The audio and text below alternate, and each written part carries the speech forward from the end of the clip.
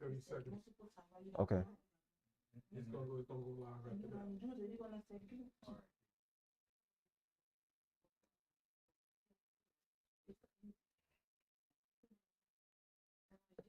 All right. 3, 10, 5, 4, 3, 2, 1, go. All right. Okay. Now we're back. All right. Say shalom, everyone. Shalom. Shalom, brothers and sisters. Shalom, shalom.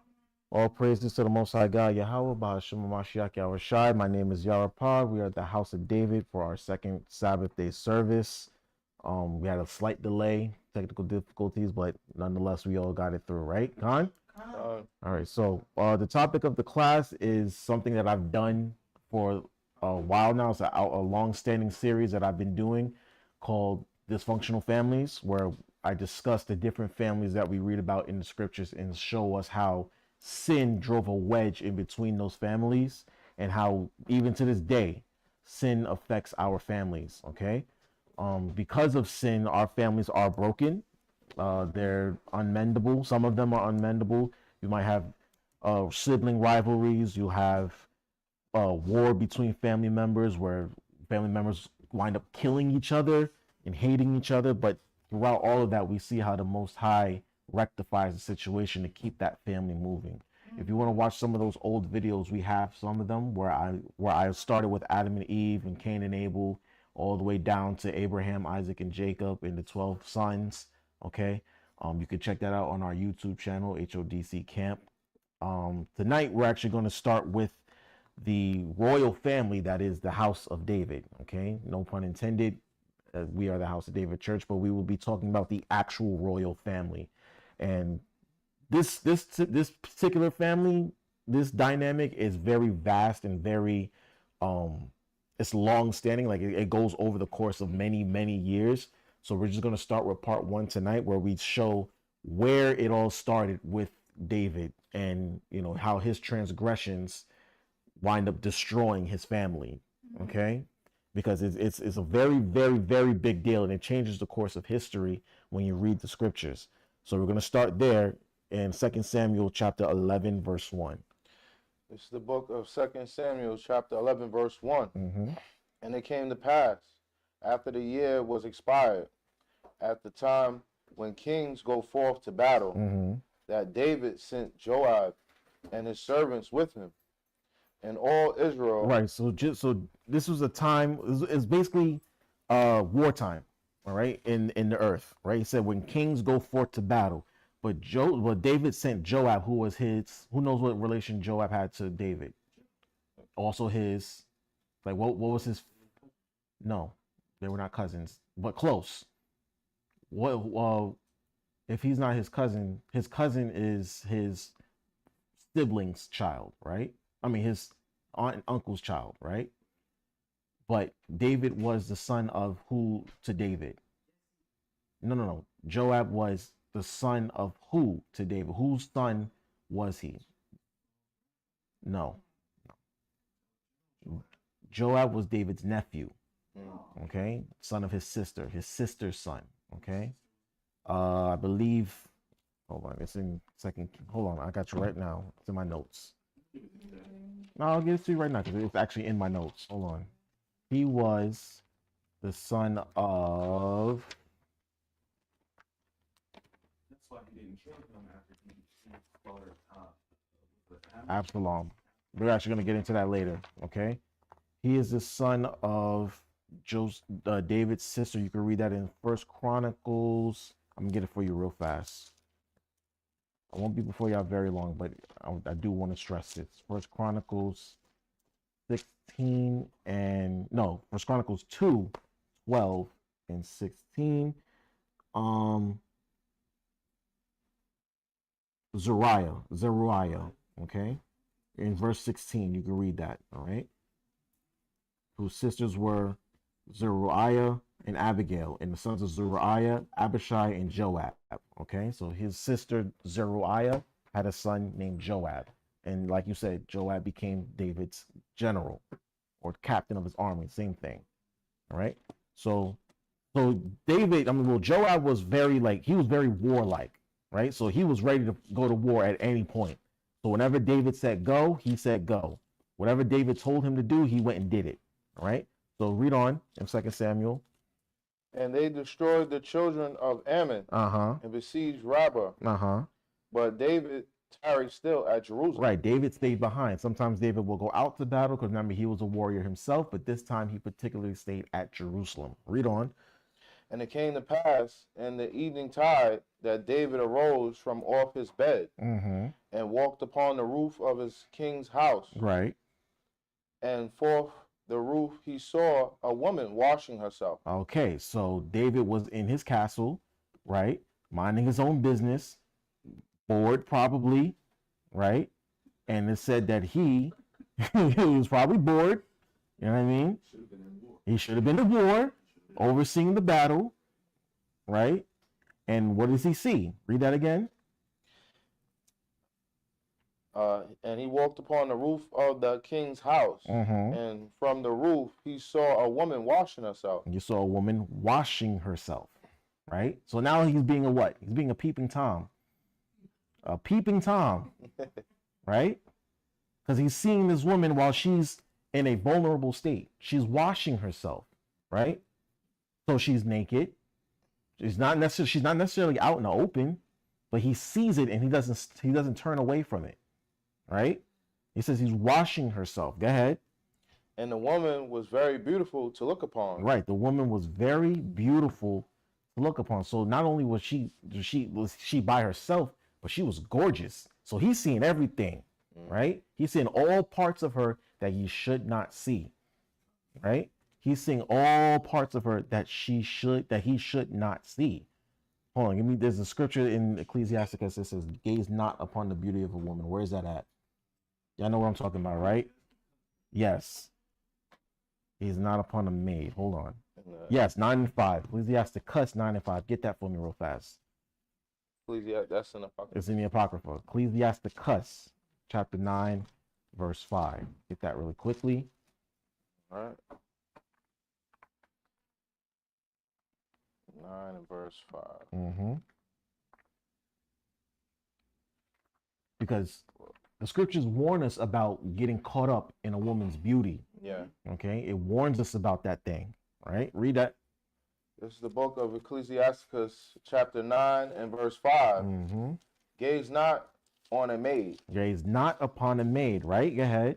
That thou fall not by those things that are precious in her. There you go. So that way you don't get trapped by those things, right? You don't get trapped by her beauty, right? Read on. Give not thy soul unto harlots. Right. That thou lose not thine inheritance. This says don't give your soul to harlots either. What's the word for harlots? We call them prostitutes, 304s. You understand? Whatever term y'all use for them these days, don't give your heart over to those women, all right? Go ahead. Look not round about thee in the streets of the city, neither wander thou in the solitary place thereof. So don't go around looking for women. That's what he's saying. Don't just go around hunting the booty. You understand? Don't do it. Don't be a whoremonger, right? Don't be out here just looking for every woman that has what and can talk. Yeah, that's what we're not supposed to do those things. Right? Read on. Turn away thine eye from a beautiful woman. Turn your eye away from a beautiful woman. Go ahead. And look not upon another's beauty. For many have been deceived by the beauty of a woman. Many have been deceived by the beauty of a woman. You think that all she has is beauty, right? Then you're gonna look at just her for her beauty. You're not gonna look at her for who she is, what she knows, what she can do. Right? All you care about is what she looks like. Right? Read on. For herewith love is kindled as a fire. Go ahead. Sit not at all with another man's wife. Oh, see, there it is. And what we're going to find out about Bathsheba, who the woman that he saw, what was she? She was another man's wife. Right? Right? Go ahead. Nor sit down with her in thine arms. Right. Go ahead. and spend not thy money with her at the wine. And don't even drink with her. Don't meet at the bar. Don't meet at the restaurant. Don't do nothing with her. Okay? That's what I apply that every single day of my life. I don't hang out with other women, other men's women. I don't, especially alone. It just looks bad. Yeah. Can you imagine your woman coming to you and saying, "Listen, I'm hanging out with so and so." You're gonna be pissed off.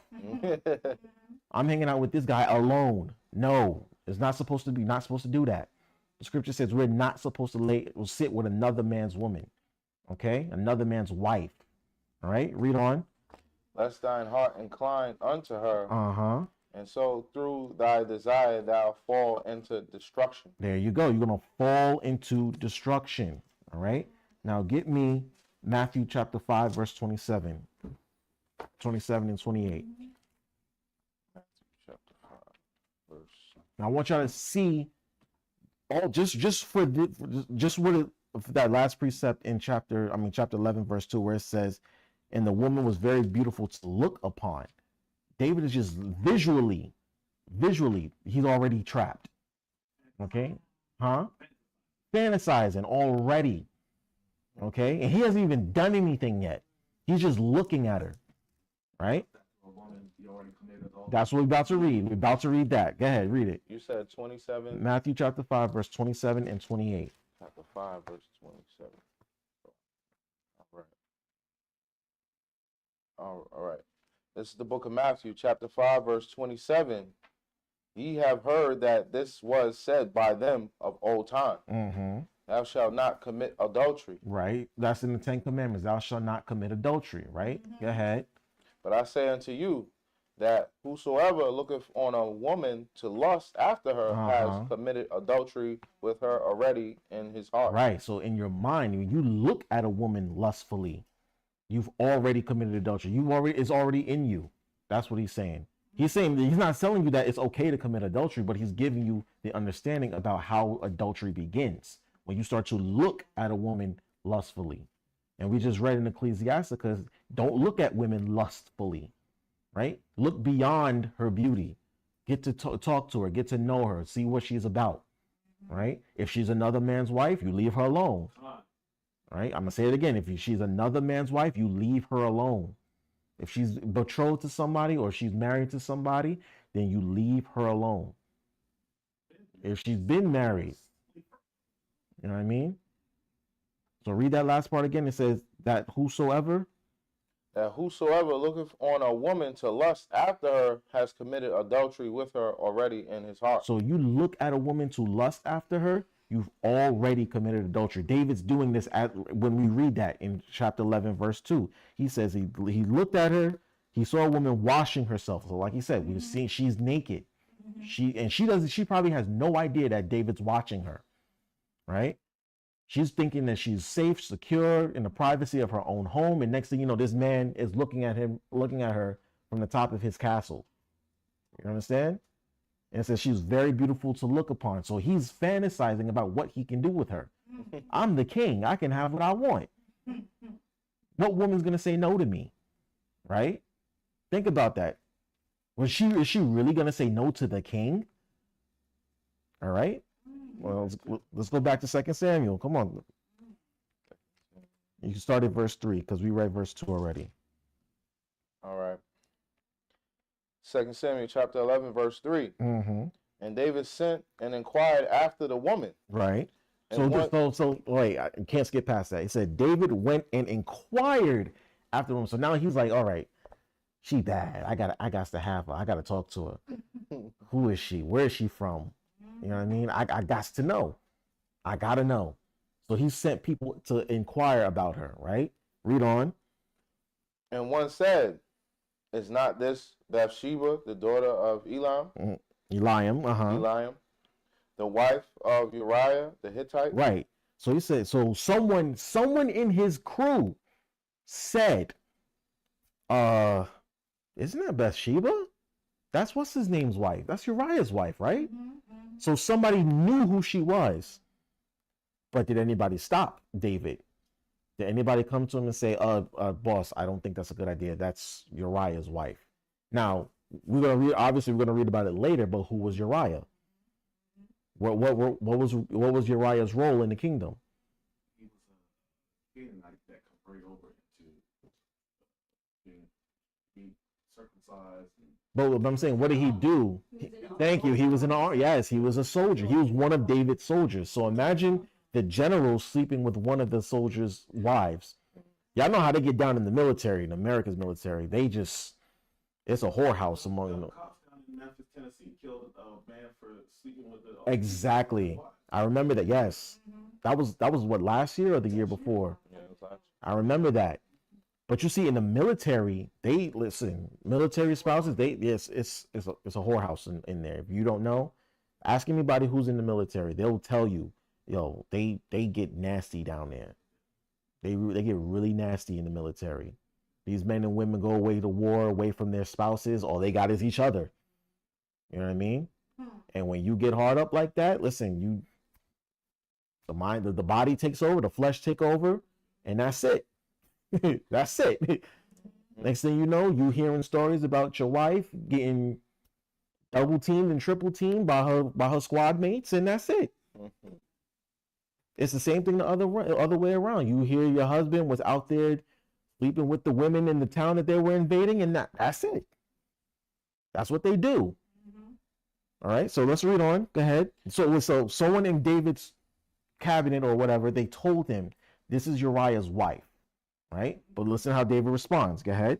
And David sent messengers and took her. Right. They took her. They said, listen, the king has request of you. The king is calling for you right now. Right? Go ahead. And she came unto him. Uh-huh. And he lay with her. Right. It says he lay with her. It didn't say that he forced himself on her. That's one thing. Right? It said he lay with her. Right? Go ahead. For she was purified from her uncleanliness. Right. She was purified from her uncleanness, right? So she had why was she washing? Thank you. She was on her cycle, but not only that, but what else was happening inside of her? There we go. I was hoping that somebody caught that. Yes, she was ovulating. Okay.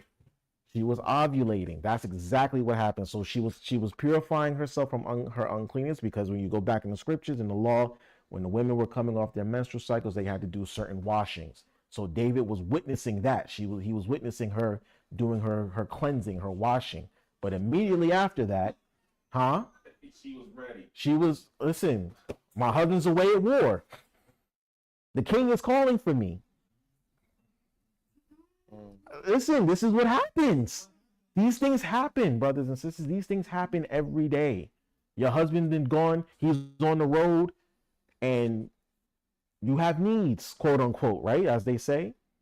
Same thing with brothers. I've been away from my wife for I don't know how long. I can't hold out no more. You know what I mean? I can't wait to go home. So this is what happens, right? And this is exactly what was happening. She was ovulating, right? Go ahead. And she returned unto her house. Right. She went back home after she done did what she did. Now, let me ask you a question. What sins did David commit here? Go ahead, sis. He committed adultery. Thank you. That's another thing. Those were the two main that I wanted to get to. He's gonna commit another one in a little bit. All right. All right. Shemai. They coming back already. Damn. Okay. So, like I said, he committed what? He's committed adultery, and he's committed what? Coveted another man's wife. Huh? Coveted another man's wife. He committed covetousness. He wanted to sleep with another man's wife. That's covetousness and adultery in the same breath. Okay? In the same breath. All right, read on. And the woman conceived. Uh-huh. Go ahead. And sent and told David and said, I am with child. I said, I am with child. She said, oh, I'm pregnant. She came back to David and said, look, I'm pregnant now. So now David's like, all right, damn. Oh, that's all it takes. Just 3 minutes, right? 3 to 5 minutes. And she's already ovulating. And she was already ovulating. Right? Shot up the club and said, here we are now. Shot up the club, right? Here we are. And I use this language because this is exactly, we have to show you the nastiness and the evil that's being done here. Right? Because this is evil. This is evil. He laid with another man's wife and used his power and authority to do it.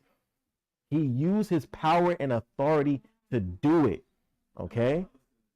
There you go. The king is supposed to exercise righteousness. All right? He's not supposed to do this. And we were warned of these things when we asked Samuel for a king. He said, the king is going to do these kinds of things. He's going to use his power and authority to take what he wants from y'all. Right? And we're looking at it in real time. Okay? So she comes to him and says, David, I'm pregnant. So now David's starting to, there you go, right? Panic, really? So he starts to plot and manipulate. All right? So we're going to read about that. Read on. And David sent to Joab, saying, send me Uriah the Hittite. And Joab sent Uriah to David. Right, so Joab now sends for Uriah the Hittite, right? Read on. And when Uriah was come unto him, David demanded of him how Joab did, and how the people did, and how the war prospered. Right, so he wanted to know how the war was going, right? He wanted to know exactly how the battles were going out in the field, right? Go ahead. And David sent to Uriah, go down to thy house and wash thy feet. And Uriah departed out of the king's house, and there followed him a mess of meat from the king. So now he's trying to butter up Uriah, trying to say, listen, go take a break from the war, go back home. And he sent meat after him, sending provisions, right, to bring home, right? Go ahead. But Uriah slept at the door of the king's house with all the servants of his Lord, and went not down to his house. Right. So he didn't go home. He sent them home. He said, listen, go home. Go back to your wife and whatnot. But he did not. Right. Go ahead. And when they had told David, saying, Uriah went not down unto his house, David said unto Uriah, comest thou not from thy journey? Why then didst thou not go down unto thine house? Right. So he said, look, I sent you home. Why didn't you go home? And he said, look, well, did you read verse 11? No, go ahead, read verse 11. I'm sorry. And Uriah said unto David, the ark and Israel and Judah abide in tents. And my lord Joab and the servants of my lord are encamped in the open field. Right. Go ahead. Shall I then go into mine house to eat and to drink and to lie with my wife? Right. As thou livest and as thy soul liveth, I will not do this thing. Right. So he said, look, my comrades are out in the field. They sleeping in tents. The king is my captain is out in the field. Also, the ark is not in its proper place. Why would I go home? Right? He's thinking he's being a good soldier, not thinking that David's really trying to set him up or trying to cover himself. Right? David's trying to cover himself, but Uriah's thinking, no, I'm a soldier. I'm gonna ride with the troops. Why am I gonna go home? We all in this together, not knowing what David has done. Not knowing what his wife has done either. Right? Read on.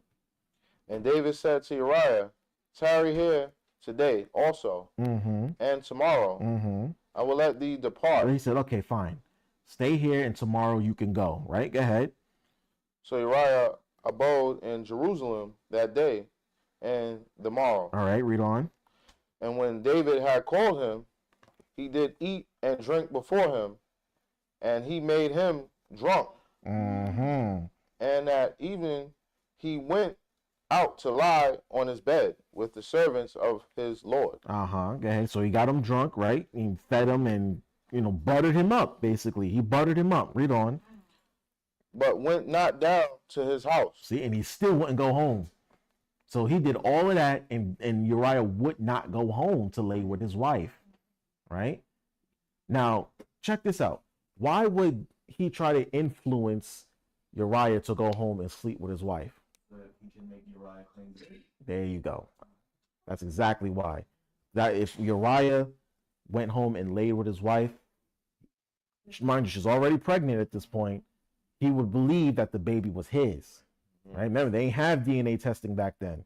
So if you ain't know that your wife was already out here, giving it up, and you went in onto her, and you laid with her, you would think, okay, yeah, the baby's mine. You would never know that that child was not yours.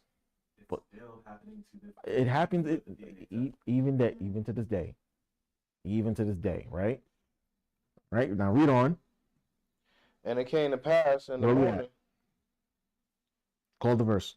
Oh, this is verse 14. Mm-hmm. And it came to pass in the morning that David wrote a letter to Joab Mm-hmm. and sent it by the hand of Uriah. Right. And he wrote in the letter, saying, Set ye Uriah in the forefront of the hottest battle, Mm-hmm. and retire ye from him, Mm-hmm. that he may be smitten and die. So literally, David literally had him deliver his own death warrant. Put his own. No, he told him put him in the forefront of the hottest battle and then retire from him, meaning leave him out there. Leave him out there so that way he can die. Because now David's like, okay, he won't go home. He won't lay with his wife. Once she comes to find out that she's pregnant, We gonna get stoned. like it's gonna be real bad up in here. We have a problem. So now what do? We eliminate the problem. We eliminate. You see the evil that's going on here? Y'all see it, right? Y'all see how evil this is? So I want you to hold what you got and get me Isaiah 30:1. Okay? Right, Carl. Isaiah chapter 30, verse 1. Because remember what two sins that did David commit in that one sense?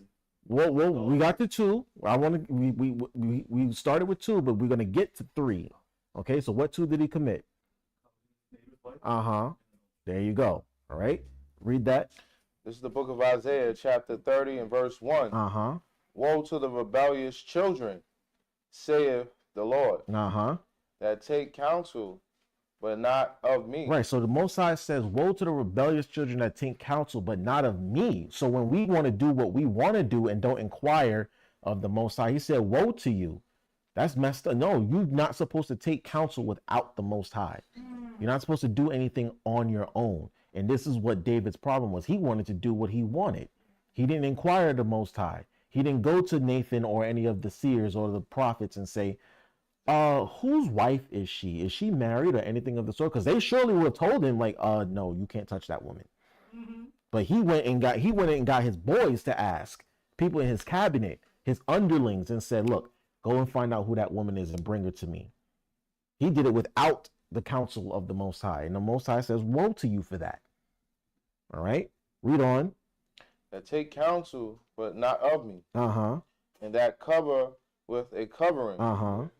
But not of my spirit. But not of my spirit, right? It says the covering, but not of my spirit, meaning you don't have my thoughts on you. You don't have my ways on you, my commandments. You do things out of the commandments, right? Read on. That they may add sin to sin. See, there it is. That's what I wanted to get to, that they may add sin to sin. So David's first sin was what?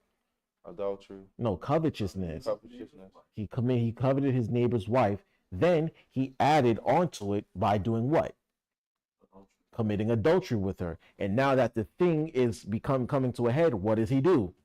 Murder. He commits murder. Exactly. He's gonna, He's polluting justice, and he's gonna commit murder because of this. So he's adding sin to cover himself. When you commit sin, you will commit other sins to cover your sin. Instead of repenting, realizing what you did wrong, and turning away from it, he added sin to sin. He used sin to cover his other sins. He ended a man's life and broke up their marriage because he was in the wrong. He committed adultery. He committed fornication, right? And because of that, it led him to commit murder, right? Same thing with Cain and Abel, right? Cain, jealousy, right? Jealousy is a sin, right? It's a work of the flesh. It is an evil spirit, and it led him to commit murder, right? And for not only that, Cain brought the wrong sacrifice, and I went over that in the first class. But Cain brought the wrong sacrifice, which is another sin. And because of that, he was rejected. So it led him to commit sin. All right. He added sin to sin. The Most High rejected my offering, so I'm going to commit the murder against the man who rejected righteously. Who offered righteously, right? David here is adding sin to sin. He committed adultery, he committed covetousness, and it led him to commit murder. All right. So let's go back to 2 Samuel. Can I do a precept? Sure. The book of Isaiah, chapter 10, Mm-hmm. verse 1. You can read that. Get it, Yamalia. Get Isaiah 10 and 1. Isaiah 10 and 1. Mm-hmm.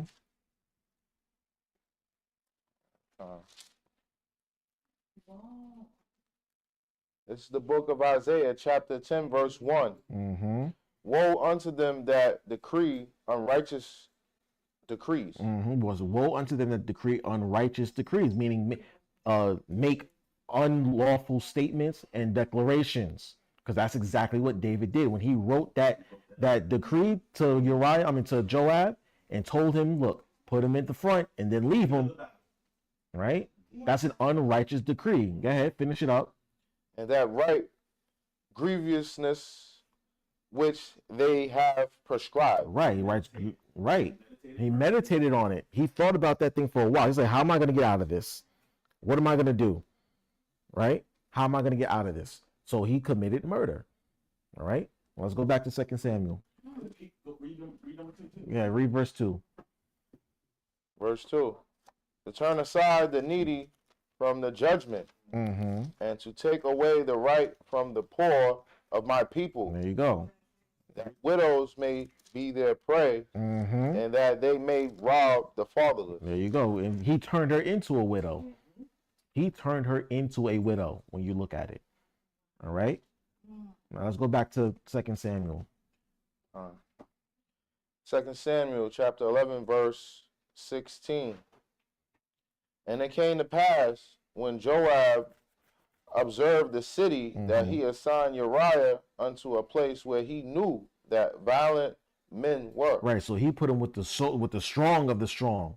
Okay. The few, the proud. Right. He put him in that battle where the men that go to war, like they fight. He put him along with them. Right. Go ahead. And the men of the city went out Uh-huh. and fought with Joab, and there fell some of the people of the servants of David. Notice something. Joab didn't fight this. He didn't question why. He didn't say, what's the point of this? He didn't say, why are you singling him out? Or he didn't even say, well, Uriah is not the strongest soldier that we have. Why do you want him out there? He didn't question anything. You know what I'm saying? Remember, Joab was loyal to a fault. So loyal that he went out of his own way to do things against the king sometimes. Right? But he noticed he never questioned it. Right? Read on. And Uriah the Hittite died also. So, of course, Uriah's life tragically came to an end. All because of David. Right? Because of David's wickedness. Okay? Read on. Then Joab sent and told David all the things concerning the war, Mm-hmm. and charged the messenger, saying, when thou hast made an end of telling the matters of the war unto the king. All right, yeah, read on. And if so be that the king wrath arise, and he say unto thee, wherefore approach ye so nigh unto the city where ye did fight? Knew ye not that they would shoot from the wall? Right. So he's saying basically go tell David what they did, what happened. And if David gets angry and asks, why did y'all fight so close when y'all knew that they were going to shoot from the wall? This is what happens. Read on. He was basically saying you knew that this was a bad idea, right? Why did you go here when you knew that this was a bad idea? Read on. Who smote Abimelech, the son of Jerubasheth. Uh-huh. Did not a woman cast a piece of a millstone upon him from the wall, Mm-hmm. that he died in the Biz? Yeah. Uh-huh. Why went ye nigh the wall? Right. He said, why did y'all go so close to the wall? Then say thou, thy servant Uriah the Hittite is dead also. Right. Go ahead. So it's basically telling, give David the report of what happened, right? Go ahead. So the messenger went and came and showed David all that Joab had sent him for. Go ahead. And the messenger said unto David, surely the men prevailed against us, and came out unto us into the field, and we were upon them even unto the entering of the gate. Hold on a second. Please put all phones on silence, please, and thank you. Gone. All right, read on. And the shooters shot from off the wall upon thy servant, and some of the king's servants be dead. Right. And thy servant Uriah the Hittite is dead also. Right. Go ahead. So he basically came back and gave David the report of what happened. Right. Go ahead. Then David said unto the messenger, thus shalt thou say unto Joab, let not this thing displease thee, for the sword devoureth one as well as another. So he basically told him, niggas die every day, man. That's basically what he told him. He said, don't be upset. We're gonna lose people one way or another. They're gonna die every day. Yeah, he was being nonchalant because he knew that was gonna happen. He knew that. And that's why he sent Uriah into that battle, because he knew that they were gonna die. He sent all these men to die, but with the main one that he wanted to die was Uriah. So you see the evil here, right? It should disgust you, honestly. All right, read on.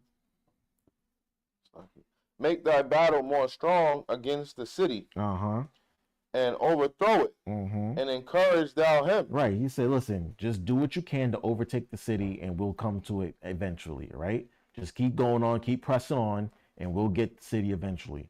Right, now read on. And when the wife of Uriah heard that Uriah, her husband, was dead, she mourned for her husband. She mourned, of course. When she heard that he was killed, she mourned, as she should, right? That's her husband. That's the man that she pledged her life to. And he just got killed in battle.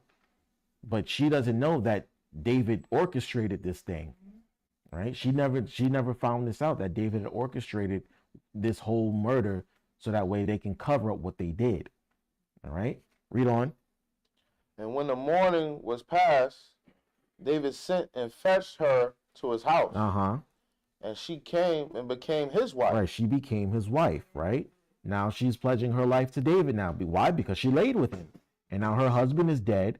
So now, essentially, she can marry who she wants, right? Because now that her actual husband is dead, now she's beholden to David, okay? Especially because she's carrying his child, all right? Read on. And bear him a son. And bear him a son, right? But the thing that David had done displeased Yahweh. There it is. It displeased the Most High. He was upset with this. This was disgusting to him. This is an abomination. This is an evil act, all right? Now, this is where I really want to get to. I think we're probably going to just read this chapter and wrap it up there for a time, and then we're going to get into it later on in another time. But read chapter 12, verse 1. 2 Samuel chapter 12, verse 1. And Yahweh sent Nathan unto David. Right, now Nathan was the prophet in David's court. Okay, whenever he inquired of the Most High, remember the king always had two high-ranking officials with him. He had a priest and a prophet. The high priest was basically his right hand. No, the prophet was basically his right hand. The priest was his left hand. Why? Because the priest orchestrated the ordinances of the kingdom, right? And the prophet gave him the words of the Most High. Make sure that he was following what the Lord had said to him, right? So Nathan was almost like a confidant to him. He came to him because he knew what David had done. And this is what he said to him, right? Read on. And he came unto him and said unto him, there were two men in one city. So now he's starting to talk to him in a parable form, right? Read on. The one rich and the other poor. The rich man had exceedingly many flocks and herds. Right. But the poor man had nothing. But the poor man had nothing. He said the rich man had everything, right? And the poor man had nothing, right? Go ahead. Save one little ewe lamb, Right. Save this one little baby lamb. Go ahead. which he had bought and nourished up. Right. So Mary had a little lamb. Right. Go ahead.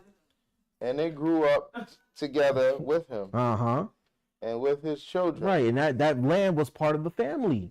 The one little lamb that we had, it became our family, right? Like you see how sometimes people say that that pet, like they have a dog or a cat and they include it among the family, right? Go ahead. It's like when, but this here is, it also shows that when a woman leaves her father's house and goes to her husband, that husband also becomes the father to that wife. It's like he becomes the new covering that yes, the covering. That's the word that I was hoping you would get to that. So he raised this youth up and brought it up and nourished it. So when the father's left off, finished nourishing, that's the responsibility of the husband started nourishing up that.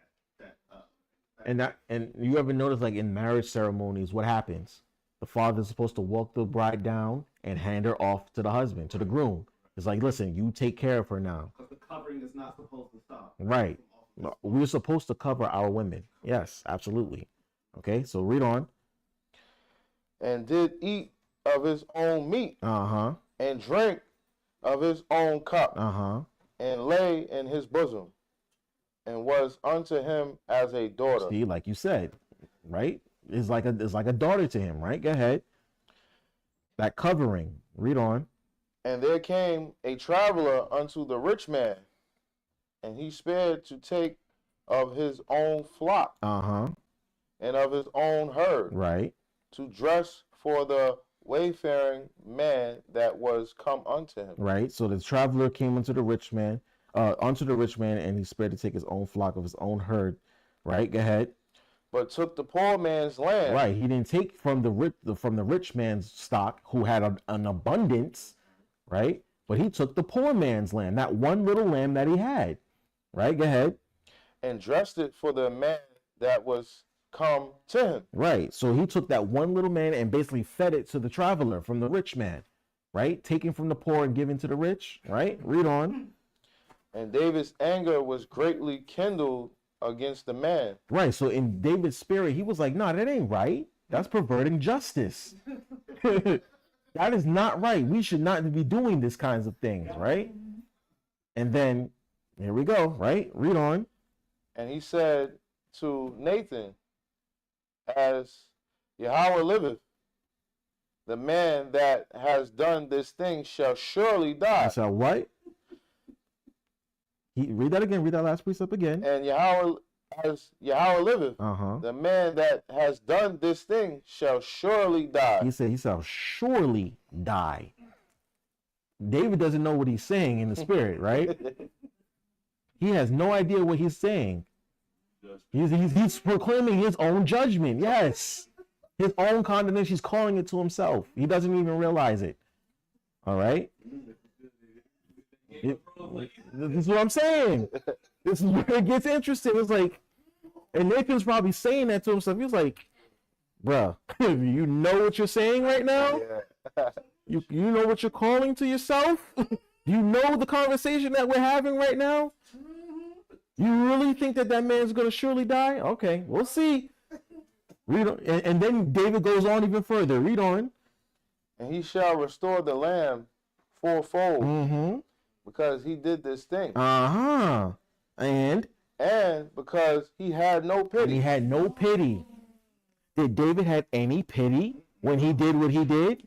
Did he stop to think, Dag, this is another man's wife. I shouldn't do that. How would I feel if someone took my wife and lay with her? That never crossed his mind, right? That thought never crosses my Dag. How would I feel? You know, this is the second wife that David has taken. The first wife that he took was a rich man's wife. Oh, yeah, it was he took Saul's wife, right? He took the Abigail, the wife of the one that wouldn't even give him provision, him and his men provisions. And he said every man that hits against the brick was going to die. She didn't bail herself. Oh, yes. He took a rich man's wife, but that was in a permissible will. Right. This one, now he's taking a poor man. A poor man's, exactly. He took a poor man's wife, for himself when he had an abundance already. Because remember, he also had Michal, Saul's daughter. And remember, he went out and danced. Michal said, Yeah, she got mad. "The daughters of Jerusalem." Uh-huh. You showing your ass in Jerusalem. Dancing in the street. You out here dancing in the street like you some sort of king, right?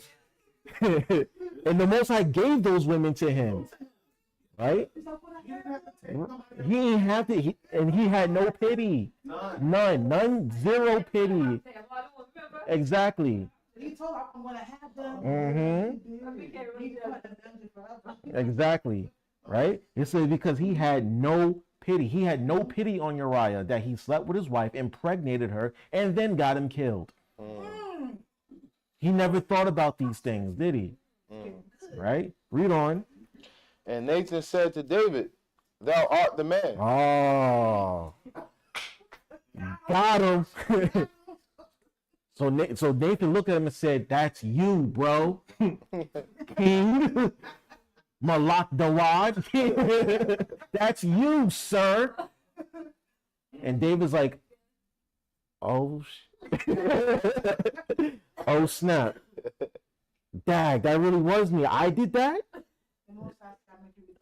Exactly. He said, I'll make you remember that. Read on. Thus saith Yahweh thy power of Israel. I anointed thee king over Israel. So now Nathan's starting to talk to David through the Spirit. He said, look, the Most High said this. I gave you everything. I made you king. Right? Go ahead. And I delivered thee out of the hand of Saul. I delivered you from the hand of Saul. Saul was trying to, every whit, he tried to murder you every which way. And I wouldn't let him do it. I would not let him put his hand against you. Right? Read on.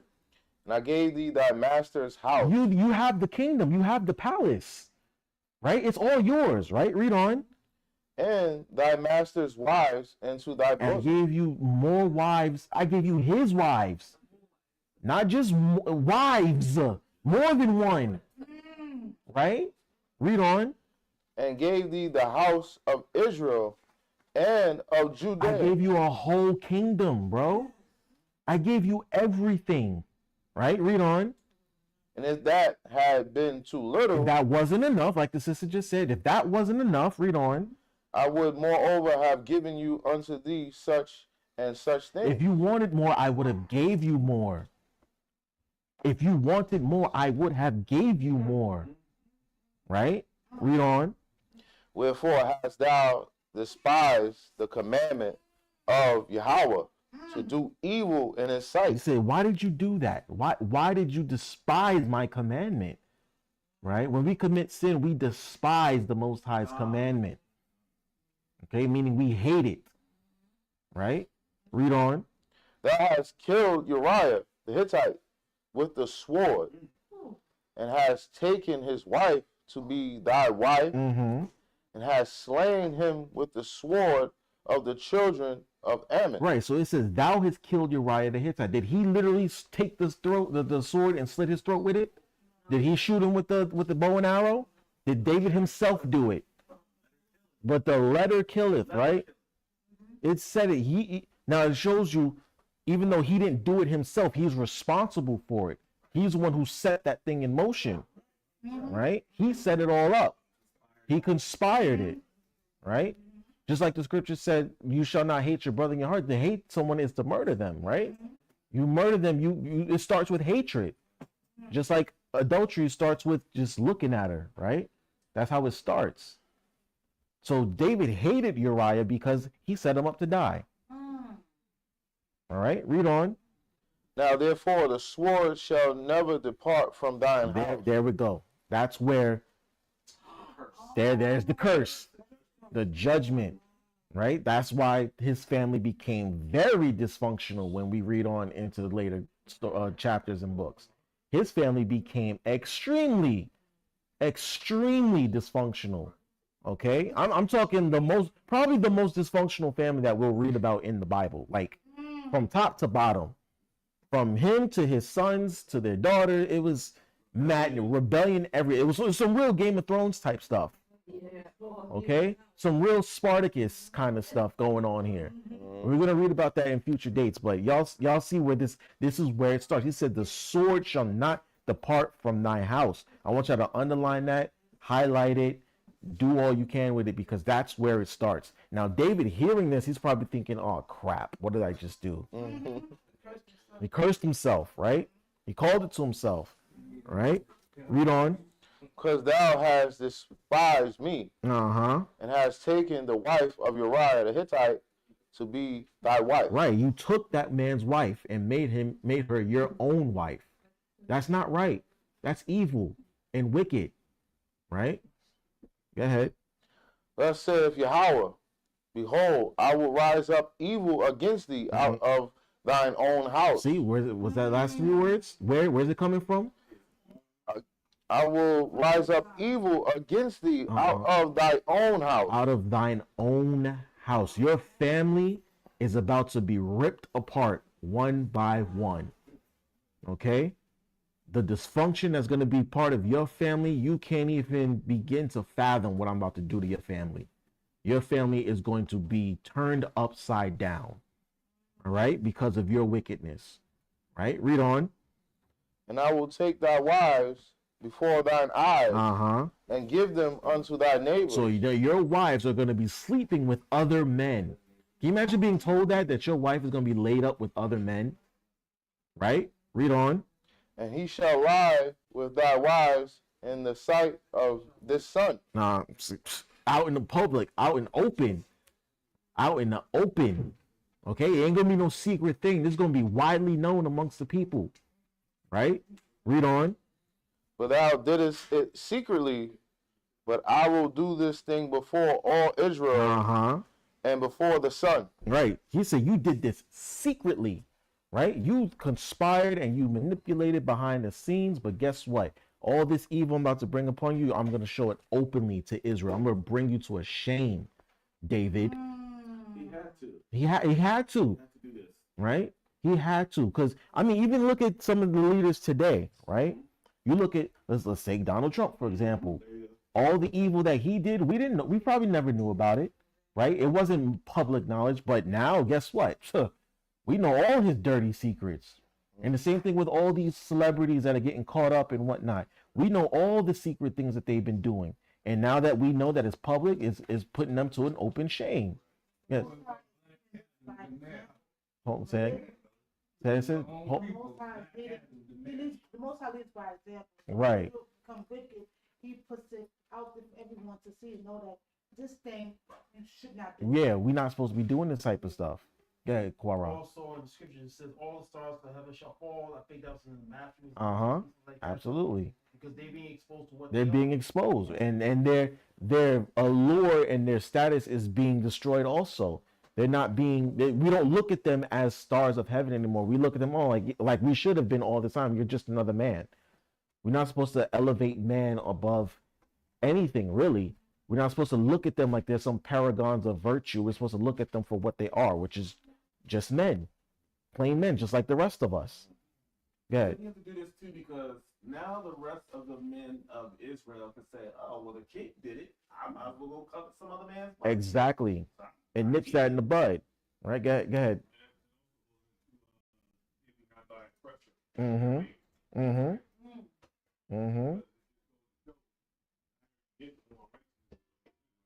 Yeah. Yep.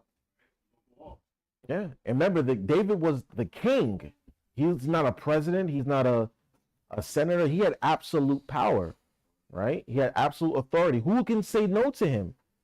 Who was going to deny him, right? Remember, Bathsheba willingly did this. It didn't, like I said earlier, the scripture said, it didn't say that he forced her, right? It didn't say that he just had his way with her. No, she willingly did this. So she's just as culpable in this as he was. She laid with another man that was not her husband, and she didn't fight it, which means she consented to it, right? The scripture makes that very plain. Like when the women, when she's being forced to and she doesn't consent, there's a difference. Okay, there's a difference between consensual and non-consensual. She consented to this, so she's just as culpable. All right. Now let's read on. Where do we leave off? We at verse 13. Come on. Okay. And David said unto Nathan, I have sinned against Yahweh. Mm-hmm. And Nathan said unto David, Yahweh also has put away thy sin. Thou shalt not die. So why did the Most High say, okay, I'm going to put you away your sin? He repented immediately. Immediately. Once he found out that, okay, yeah, this thing is found out and I can't hide it no longer, there's no choice but to repent. Right? There's nothing I can do to get around this. There's nothing I can't cover this anymore. I can't even sacrifice for this. So there's nothing but to do but to repent. Now hold what you got. Get me Psalms 51 and 4.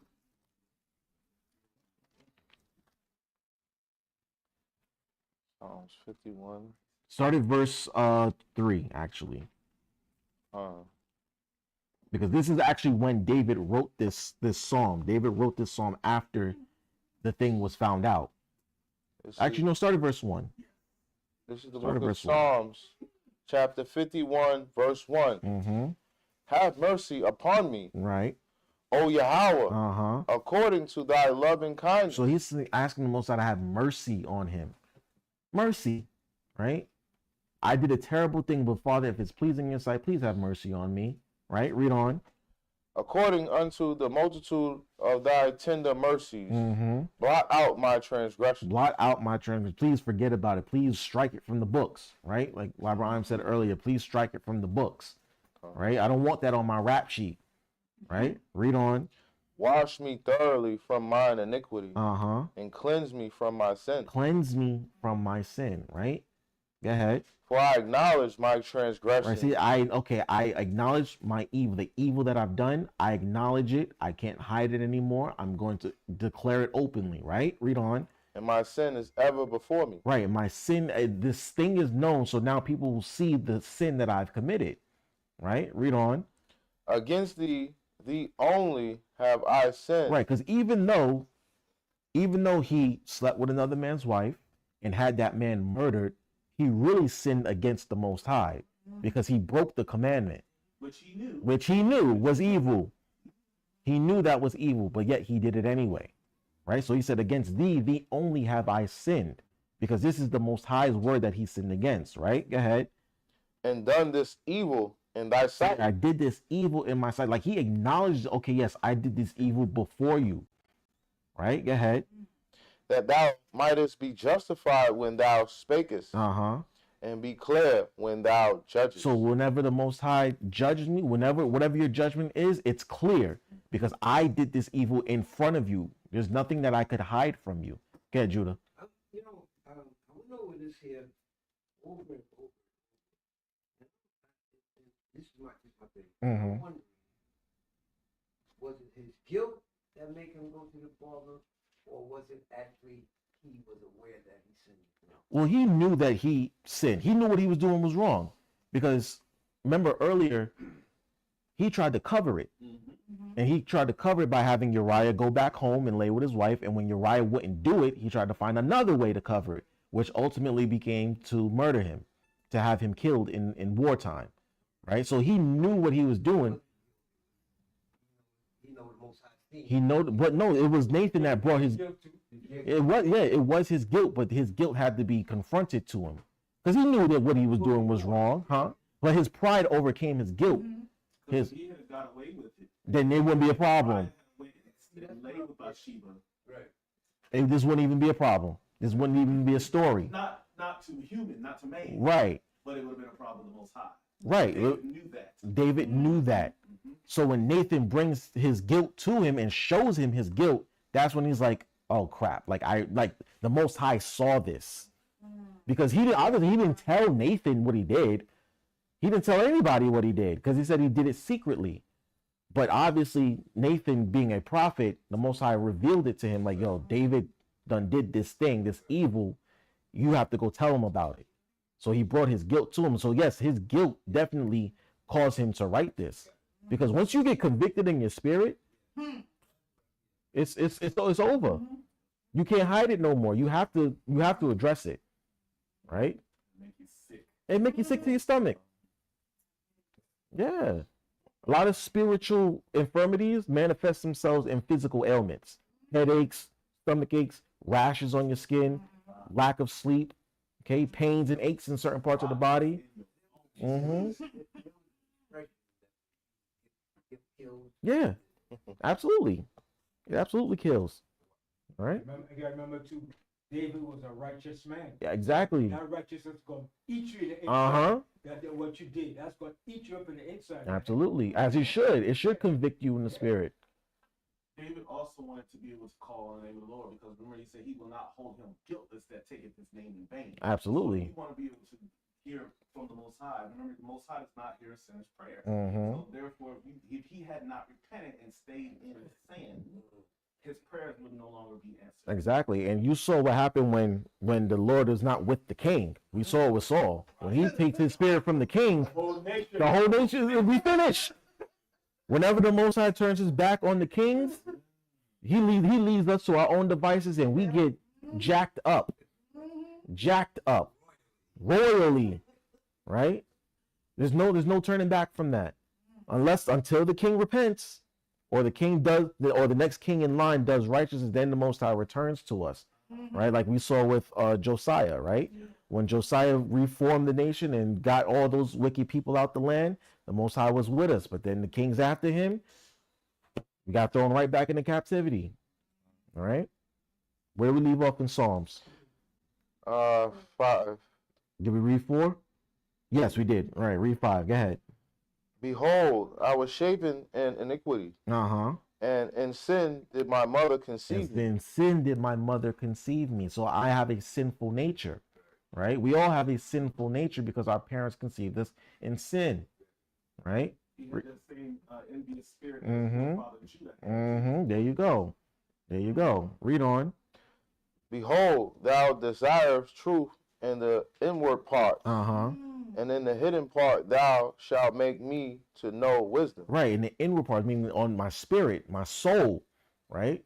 Once I learn what righteousness in my soul, then you'll make it known to me, right? Go ahead. Purge me with hyssop. Purge me with hyssop, right? Remember, hyssop is what we use to purge ourselves after we come in contact with a dead body. When we're going through purification, we purge ourselves with hyssop, right? Read on. It's a cleansing herb, right? Go ahead. And I shall be clean. And I shall be clean, right? Go ahead. Wash me. And I shall be whiter than white than snow. Right. Wash me and I shall be white, meaning I'll be pure again. All right. Because remember, the scripture says that washing of the water comes by the word. So once he gets back into the good graces and learns all over again what it means to be a righteous man of the Most High, he'll be clean. He'll be purified again. All right. I'm not going to read the whole thing. So on your own, you can read that, because like I said, he wrote this psalm after Nathan brought the judgment to him. Okay. He wrote this thing after the sin became public. So you can read this on your own and see how David became very contrite about what he did and how he repented of his sin. All right. So let's go back to 2 Samuel. We were in chapter 12. Can I say something, Yarapah? Of course. And when you're a prophet, you can't have no how should I put it, any favoritism because it's the king and what you gotta bring it straight. You gotta bring it straight. Yep. Make sure the partiality, well, that's the king, you know. No, you gotta let him know, regardless of how much it's gonna hurt you, like put you to death. You gotta let him know the raw deal of the side. And that's the job of a prophet, man. Exactly. You know what I mean? You can't sugarcoat nothing. You can't. You got to give them straight to what the Most High says, and that's it. Yeah. Because notice how, like I said earlier, the people in the kings in his cabinet, they knew who Bathsheba was, but nobody stopped him and said, David, no, can't do that. But Nathan came to him and said, you know you're wrong for that, right? You see the difference? When you're like he said, when you're a prophet, you have to be face to face with the people and the king, especially because you saw how many prophets were killed for speaking against the kings, right? We see it all the time. They were killed by the kings for speaking against them. But this prophet spoke against the king, and the king didn't kill him because he knew he was right. He knew that the prophet was right. And then too, the way that Nathan did it. He did it like in a riddle like. Mm-hmm. You know what I mean? And David was like, what? Who's this man? Mm-hmm. You know? He So said, "It's you." Nathan knew he had to use tact in the Mhm. way he brought it to the king, because he Mhm. know you just can't approach a king any way. Mm-hmm. You have to approach a king in a respectful manner. Mm-hmm. So that when he put it in that riddle, and David was like, what? This man is a wicked man. Mm-hmm. Then Nathan said, you are that man. Yeah, that man. That's you. That's you, sir. Right? He didn't when they sold his lie. Yeah. Because it's like with the lesson earlier. We can have the knowledge, but the Wisdom is absolutely, absolutely. And this is I've been saying this since I came into the truth. I feel like sometimes Israel, we have the knowledge, but the wisdom is still going, like we're still getting that wisdom on how to, teach this word, because you can't paint everybody, or you can't teach everybody the same exact way everywhere. You know what I mean? Like when LeBron went over it earlier, you just can't go on your job and say to your boss, you the devil. You can't just do that everywhere. There has to be tact and wisdom attached to it, And sometimes I feel like Israel, we lack that. There's a time and place for it all. Sometimes there's a time to go gun ho and rah, but there's also a time like Nathan did. He like Ben said, he didn't go to David just cursing him out. He approached him with tact and said, this was you. You did this. I'm gonna present a situation to you. You judge the situation rightly, but I'm gonna attach it to you because you did this thing, and it worked.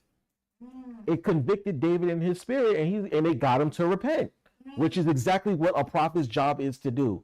Our job is to go out and teach the people that they need to repent. And you're not going to do that every time by just blasting people to smithereens. There's a time and place for it, but in this type of situation, he used wisdom. Yeah, Yarapah. You're getting it back right now because you've been born again back into the righteous gift. Mm-hmm. You're not getting it all at once. Right. And he brought it to him in a metaphor form. Exactly. Go ahead, Judah. Yeah, come closer so you can hear in the mic. Come on closer. Judge the spirit by the spirit. Right. Because remember, David's a king, but he's also a warrior. He was a soldier at one point. So if he really wanted to, you could have chopped Nathan's head off for disrespecting him, quote unquote, right? For speaking against him. But he came to him. Remember, David, like I said, Nathan was David's confidant as the prophet in the court. So he came to him and talked to him well. He said, look, you did this evil thing. Here's the situation. I'm going to present it to you. You judged it righteously. Now I'm going to show you that was you. And it worked. It got David to repent. But it still comes with a judgment, right? All right, so let's go back to 2 Samuel and see what happens. All right, this is 2 Samuel chapter 12, verse 14. Mm-hmm. Howbeit, because by this deed thou hast given great occasion to the enemies of Yahweh to blaspheme. To what? To blaspheme. To blaspheme. Right? To blaspheme. You gave occasion to the Most High's enemies to blaspheme, David. You know how evil what you just did was? Remember, the Most High takes his name very seriously. Not just his actual name, but his reputation. Who he is. He will not be disrespected, especially among the heathen. Right? And you just gave them the opportunity to do so. You need to understand the seriousness of what you just did. Right? Go ahead. Mm-hmm. An adulterous, right? Absolutely. He could not come through an adulterous bloodline. It's pure. It has to be righteous and pure. Exactly. Right. Through an evil bloodline. Yeah. This is the house of David. This is the house of David. Exactly. Go ahead, read on. Oh, if you like this one, you'll like the old classes too. Trust me. Read on. The child also that is born unto thee shall surely die. Right. So I have to cut off that seed line right there. I have to kill it. I have to nip it in the bud. That kid. Say again. In a sense, that kid has to. He cannot live because it was born in unrighteousness, in wickedness, right? That is the seed of David right there. But it was born in adultery. And I cannot bring this Messiah through here. Just like Rakar said, he's thinking about the future. I can't bring Yahushua in through there. I can't. That's evil. This is an evil, a child conceived in evil. Who knows what spirit is on that child? That might be the spirit of Cain. That might be the spirit of Esau. You know, that child may have an evil spirit on it. We can't have that. We can't have that. All right. Read on. And Nathan departed unto his house. Mm-hmm. And Yahweh struck the child that Uriah's wife bare unto David, and it was very sick. And the child was very sick. The child had disease. He was sick. Right? Go on. David therefore besought Yahweh for this child. And David fasted and went in and lay all night upon the earth. So David, knowing this, he's going to start fasting because maybe he thinks, well, we'll read all about it, but he's starting to fast and think that maybe things will turn around for this. All right, go ahead. And the elders of his house arose and went to him to rise him up from the earth. But he would not, neither did he eat bread with them. Right, so David fell into a bout of depression. Yeah.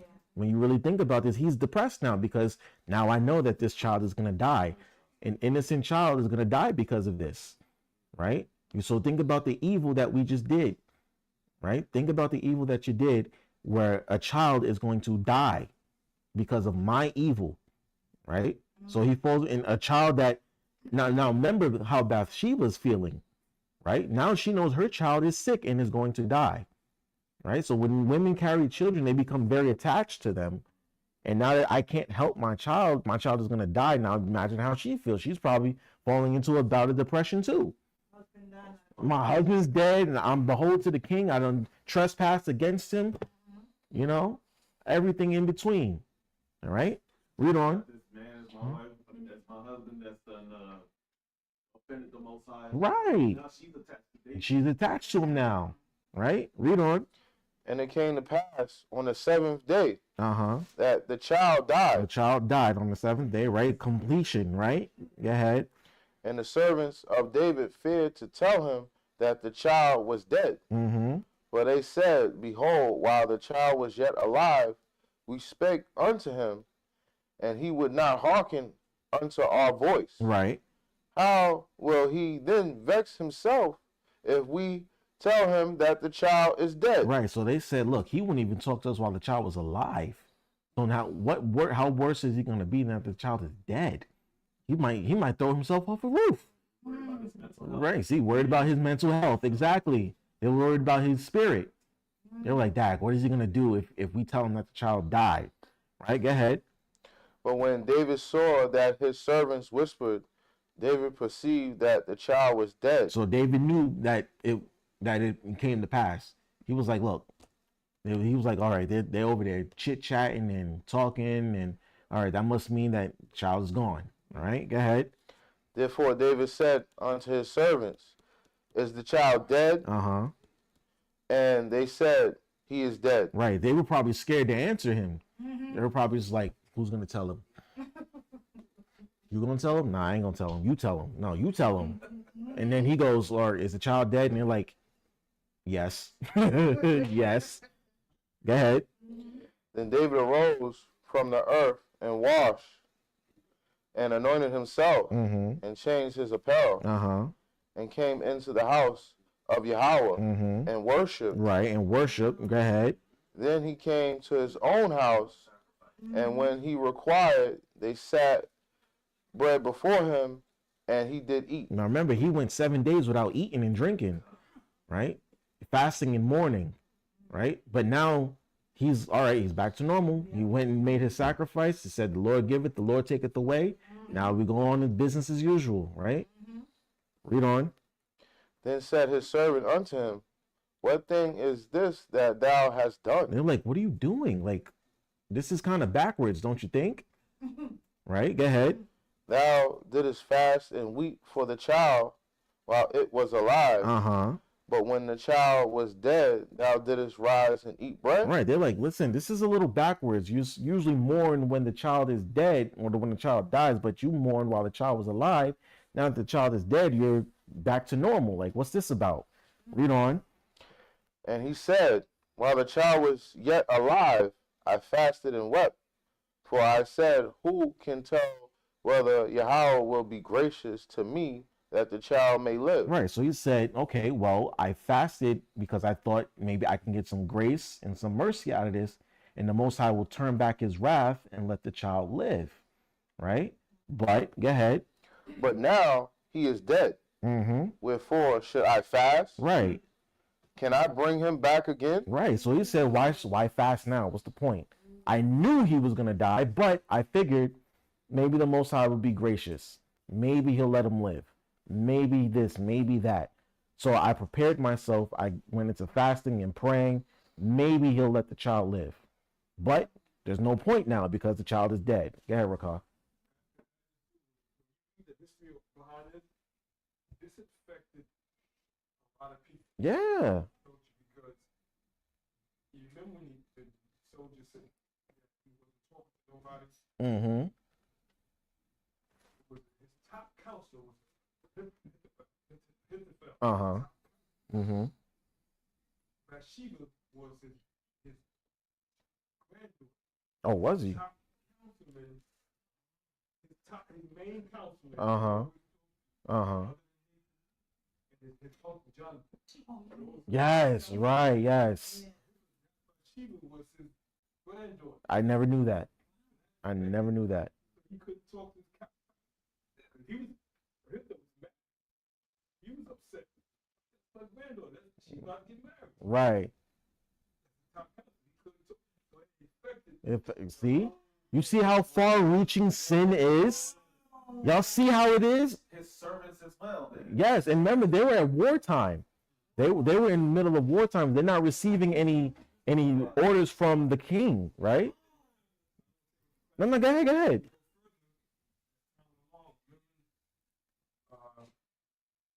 David's son, Absalom. Uh-huh. Guess who was helping him? Joab.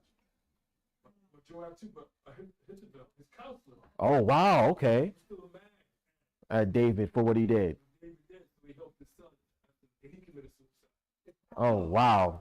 So we're gonna get into all of that in future classes, but you see what I'm saying? You see how this turns into some big Game of Thrones type stuff, some Spartacus Rome type of stuff. It gets really dicey and juicy in here because of you, and you see how far-reaching the sin is. He says, my equal something, I find. Okay, if you find it, bring it out. All right. See, because yeah, because so now that you mention that, right? Ahithophel, that's his name. Ahithophel, Bathsheba's grandfather. So he lost a grandson, right? He lost a grandson, and now by proxy he lost a great grandson because the child conceived by David and Bathsheba is dead, right? So this thing is far reaching. You see what happens when you commit sin and you're in a position of power like the king. These things are far reaching and it affects a lot of people. And then now you're going to see the rebellion that comes out of this, out of the evil, the dysfunction that comes out of this situation. All right. Where do we leave off, brother? Because I'm almost done, actually. I got to go. The last sentence in 23. Go ahead. I shall go to him, but he shall not return to me. Right. He's saying basically I'm going to die eventually, but he won't come back to life. Right. So why am I going to sit here and mourn over the child that's dead when I knew that the child was going to die eventually? Right. Go ahead. And David confronted Bathsheba, his wife. Right. Now I said he comforted her because remember she lost a child too. She lost a child. Now, even though the child was conceived in sin, that was still her child. And she's probably depressed about it as well. So David had to go and comfort her. Right? Read on. And went into her and lay with her. And she bare a son. And he called his name Solomon. Solomon meaning peaceable, right? Go ahead. And Yahweh loved him. And Yahweh loved. So now this child was the more proper child, because now they're actually married at this point, right? He didn't just throw Bathsheba to the side and throw her out on the street and say, "Listen, we did what we did, and I'm done with you. You're on your own." No, he said he took her to be his wife, as he was supposed to, right? He's supposed to do that now. You're beholden to her now. You did what you did with her. Now you're stuck with her. You're attached to her, I should say. Okay? She's your wife now. And now whatever child comes of it, the Most High will probably bless it, especially because you repented of your sin. And now if you go about your marriage with her the right way, then I'll bless your union. And it was so, because it says that the Lord loved this child. Right? Go ahead, read on. We're almost done. And he sent by the hand of Nathan the prophet. And he called his name Jedediah. Jedediah. Right, Jedediah. Go ahead. It means beloved of the Most High, right? Go ahead. Because of Yahweh. Go ahead. And Joab fought against Rabbath of the children of Ammon and took the royal city. He took the capital, right? Go ahead. And Joab sent messages to David and said, I have fought against Rabbath and have taken the city of waters. Right, go ahead. Now, therefore, gather the rest of the people together and encamp against the city and take it, lest I take the city and it be called after my name. Right, so he said basically, come name the city after yourself, basically. Go ahead.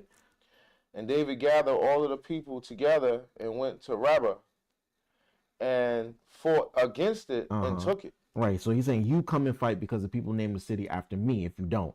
Right, so they basically conquered the next city. Read on. And he took their king's crown from off his head, the weight whereof was a talent of gold, with the precious stones. And it was set on David's head. Right, so David took this other king's crown, literally, and put it on his head, right? Go ahead. And he brought Game of Thrones. Game of Thrones. Literally, go ahead. And he brought forth the spoil of the city in great abundance. Go ahead. Finish it up. And he brought forth the people that were therein and put them under saws and under harrows of iron and under axes of iron. Right. He basically made servants out of them, right? He put them to work. Right? Read on. And made them pass through the brickling. And thus did he unto all the cities of the children of Ammon. Yep. So David and all the people returned unto Jerusalem. Right. So that's what happened. That's the start of it all, right? I'm gonna wrap it up there because that's just part 1. Okay. As we get into chapters 13 and on, you're gonna see how that rebellion started to play out. Okay, but I'll get into that in the future. So with that, I'm gonna say shalom. I hope y'all got something out of that. I know y'all enjoyed the class. Oh yeah. That was a good one. All praises to the Most High. Yes, I left off this series for a while. I don't know why, but now that I'm getting back into it, I think we'll start to dive into it more, and we'll see what happens, how it plays out. And I want you to remember how sin creeps into our families and just breaks them apart. Okay. Now, like I said, if y'all want to go watch some of the old videos, they're still on the YouTube page. I start with Adam and Eve, Cain and Abel, and I move on up until this point now. So with that, again, I say shalom and to be continued. Yes. All right. Shalom. All right. Wrap me up, Ben. Oh, any questions, comments, concerns? Any? No? All right. That's what you want to hear. You don't want to hear about nobody's cars, houses, and land. Yeah. I don't care about none of that. I don't care about none of that stuff. Holiness, right? And how to practice holiness. All right?